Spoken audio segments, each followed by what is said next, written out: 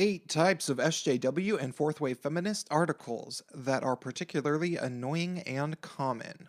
Hey, it's Prince of Queens, and I have to tell you, while I was never a full-blown SJW and certainly not a fourth-wave feminist, I do personally know literally thousands of these people and have more connections to them on social media than I particularly care to.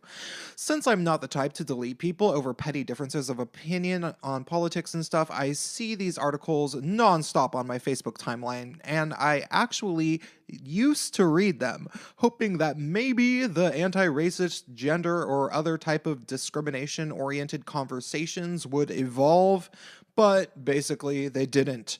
Almost universally, these articles just got more and more vapid, unhelpful, and poorly written.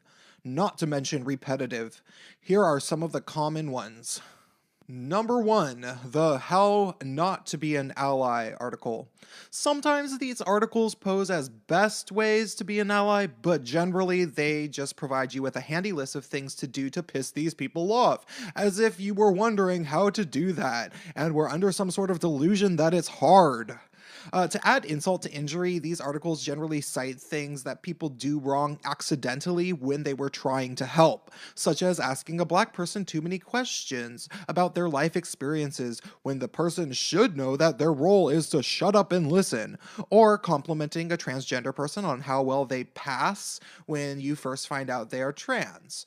According to these types of articles, meaning well isn't just not good enough, it is a mortal sin. The only thing they hate more than opposition to their belief are allies, because they don't actually want allies. They want you to be their bitch. Number 2, the White Gay Men Are Racist Misogynist Assholes article. For whatever reason, white gay men have become the most convenient punching bag to fourth wave feminist SJW types over the past 3 or 4 years. I think it is the combination of marriage equality passing and a preemptive fear that white gay men will abandon all other civil rights causes, coupled with the fact that gay men are particularly immune to feminist brainwashing because we know a lot of their claims are false and we cannot be hypnotized sexually by women. Finally, added to that, the fact that gay men are relatively low-hanging fruit. Regardless, it is incredibly easy to find articles about how white gay men are horrible racists if they don't date men of color, yet also easy to find articles about white gay men being racist if they do date non-white guys, because the author says, "I don't want to be your fetish, okay?" I imagine most guys just say, "Fine, I'll only date white guys then. Too much drama." It's also incredibly easy to find dozens of articles about how incredibly misogynistic gay men are, and they almost unanimously don't match with reality. But I've covered that in other videos. Number 3, the different examples of misogyny that apply equally to women and are not actually misogynistic in any way article. This is generally the clickbait listicle format which I am kind of utilizing in this video, but this particular subject of different types of misogyny is so incredibly rampant that I needed to make a special note of it.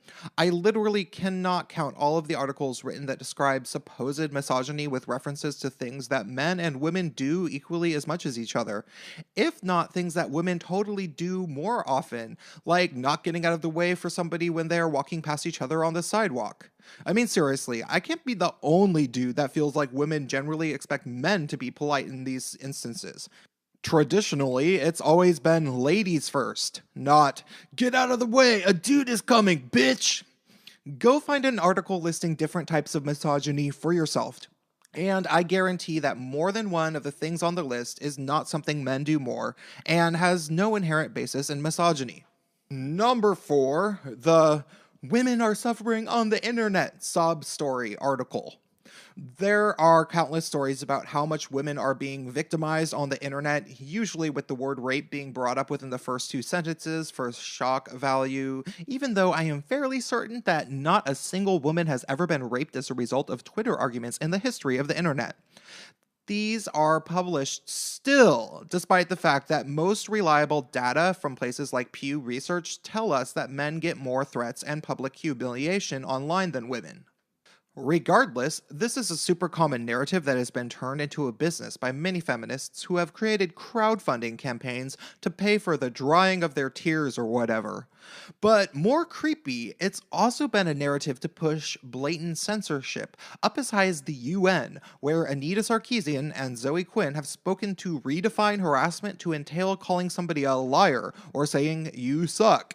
They even have used this to directly apply censorship to someplace as immediately applicable as Twitter, where Sarkeesian sits on the Trust and Safety, aka Thought Police, Council. Long story short, feminists attacked men, feminists got publicity to play victim, feminists lied about the criticisms they received and got many of the people giving them censored, many of which are women, and then feminists kept saying, "But the internet patriarchy is so scary. I'm just a girl. I need policemen to protect me."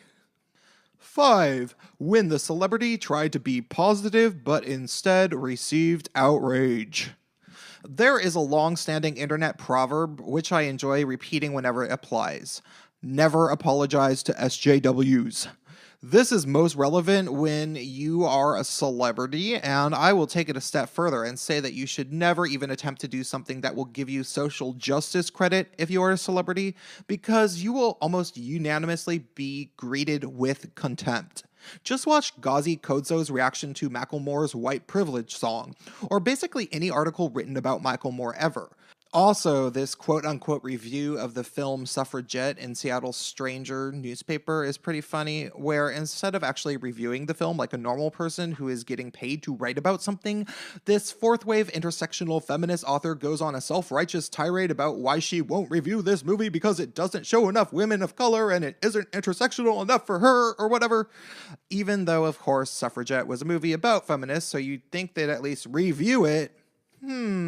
Maybe she wouldn't review it because it might just inspire more people to see a historical account of feminists, and they'd realize that feminists were always kind of assholes. I haven't seen it, so the jury is out. Number 6, the "Everything is a Feminist Issue" article.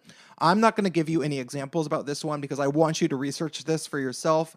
Go to Google and type in "blank is a feminist issue." And I promise you that you will be in for a few chuckles if you are underestimating fourth-wave feminists' ability to make everything about themselves and their ideology.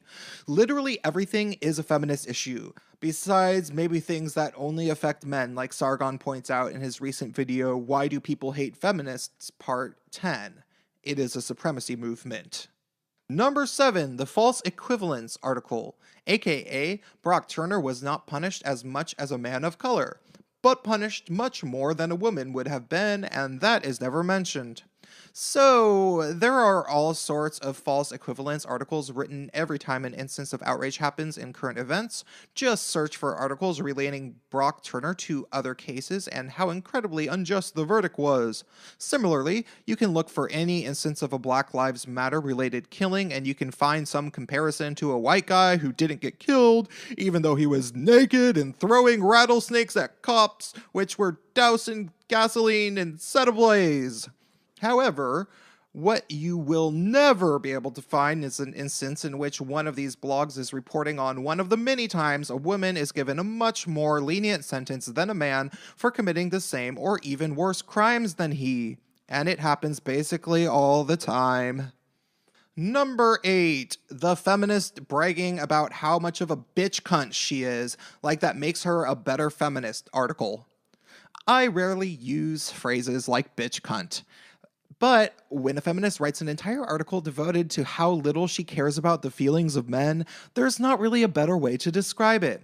I like to make this joke about feminists in relation to how they treat men.